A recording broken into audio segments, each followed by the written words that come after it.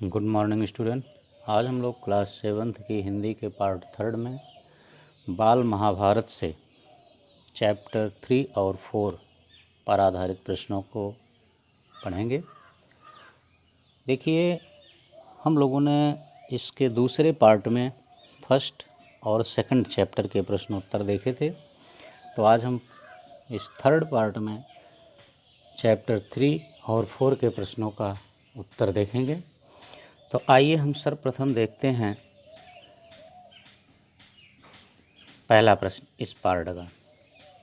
देखिए, पहला प्रश्न कह रहा है चित्रांगद की मृत्यु कैसे हुई थी।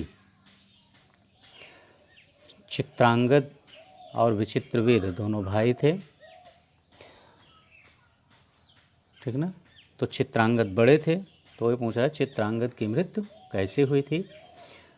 चित्रांगद की मृत्यु गंधर्वों के साथ युद्ध करते समय हुई थी, ये था इसका उत्तर।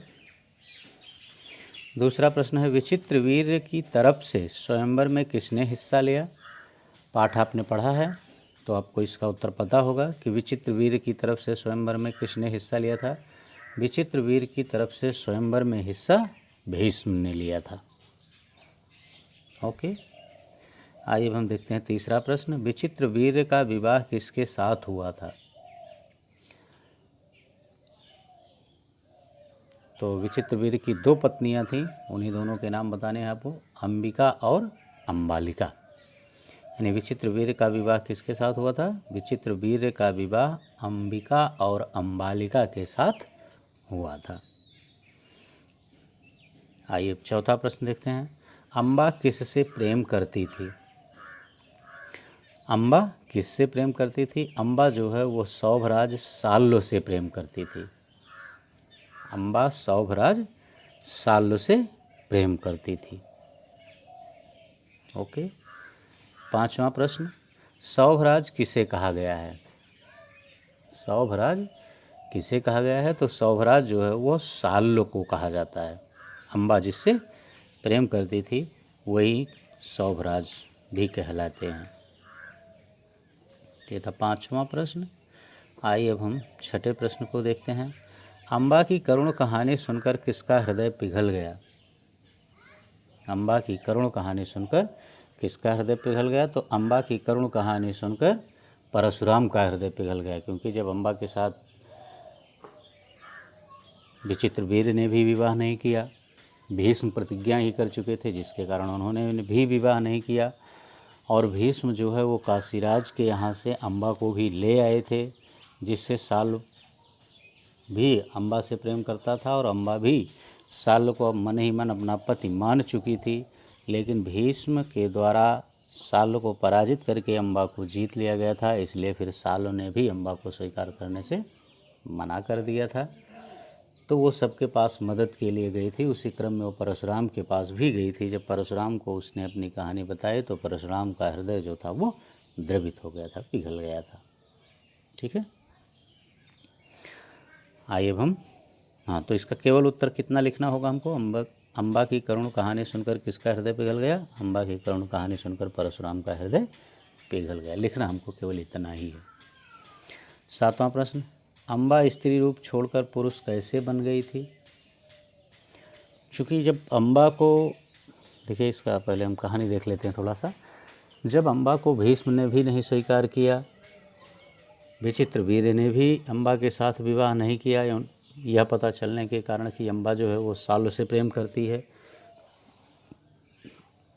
और साल्व ने भी भीष्म से पराजित होने के कारण अम्बा को स्वीकार नहीं किया, तो अम्बा जो है वह भीष्म से प्रतिशोध लेने के लिए तपस्या कर रही थी और तपस्या के कारण ही वह जो है पुरुष वेश में आ गई थी, उसका स्त्री रूप छूट गया था।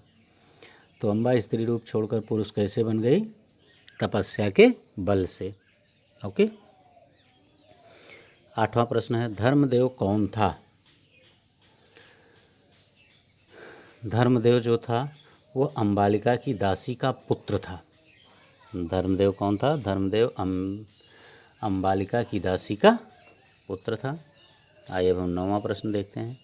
दुर्योधन कौन था। दुर्योधन धृतराष्ट्र का पुत्र था। ठीक है, कौरव और पांडव को आप जानते ही हैं। धृतराष्ट्र के जो दुर्योधन आदि 100 भाई थे, धृतराष्ट्र के दुर्योधन आदि 100 पुत्र, भाई नहीं, यानी दुर्योधन के अन्य 99 ब्रदर जो थे ये सब, और धृतराष्ट्र वगैरह पूरा कौरव कहलाते थे। ठीक है। 10वां प्रश्न, पांडवों को जुआ खेलने के लिए किसने आमंत्रित किया? पांडवों को जुआ खेलने के लिए धृतराष्ट्र के पुत्र दुर्योधन ने आमंत्रित किया था। ये था 10वें प्रश्न का उत्तर। आइए हम इसके अगले प्रश्नों को देखते हैं। देखिए 11वां प्रश्न, धृतराष्ट्र के न मानने पर विदुर किसके पास गए? यानी विदुर ने धृतराष्ट्र को मना किया था कि आप दुर्योधन से कह दीजिए कि वह जुआ न खेले, क्योंकि यदि वह जुआ खेलेगा तो उससे भाइयों में आपस में दरारें बढ़ेंगी। तो धृतराष्ट्र के ना मानने पर विदुर किसके पास गए? तो धृतराष्ट्र जब इस बात को नहीं माना था तो विदुर जी जो हैं वो सीधा युधिष्ठिर के पास गए थे। ठीक है। 12वां प्रश्न, युधिष्ठिर जुआ खेलने क्यों गए? देखिए युधिष्ठिर जो है वह भी विदुर की बातों से तो सहमत थे कि जुआ जो है वह हम भाइयों के बीच और दरार बढ़ा देगी, लेकिन चूंकि युधिष्ठिर जो हैं वो एक क्षत्रिय हैं और क्षत्रिय कभी भी कोई चुनौती सुन कर के पीछे नहीं हटता है, इसी कारण अपने क्षत्रिय धर्म का पालन करने के कारण युधिष्ठिर जुआ खेलने गए थे। 13वां, भीष्म को युद्ध के लिए किसने ललकारा? भीष्म को युद्ध के लिए परशुराम ने ललकारा था, ये अम्बा की बातों को सुनकर, उसकी करुण कहानी को सुनकर। ठीक है ना। 14वां प्रश्न, अम्बा कौन थी? अम्बा काशीराज की पुत्री थी। ओके, बस बच्चों इस वीडियो में इतना ही। इस चैप्टर से इतने क्वेश्चन बने हैं। इस वीडियो को देख करके आप अपना फेयर कॉपी में नोट्स बना लीजिएगा। ठीक है ना। यदि इस चैनल को आपने सब्सक्राइब नहीं किया है तो चैनल को सब्सक्राइब कर लें और वीडियो को अधिक से अधिक लाइक और शेयर करना ना भूलें, और हमें भी यह कमेंट करके बताएं कि यह वीडियो आपको कैसा लगा। बेल आइकन दबा दें जिससे कि नया वीडियो अपलोड किया जाए आपके सिलेबस से संबंधित तो उसका भी नोटिफिकेशन आपके पास पहुंच जाए। Okay, thank you.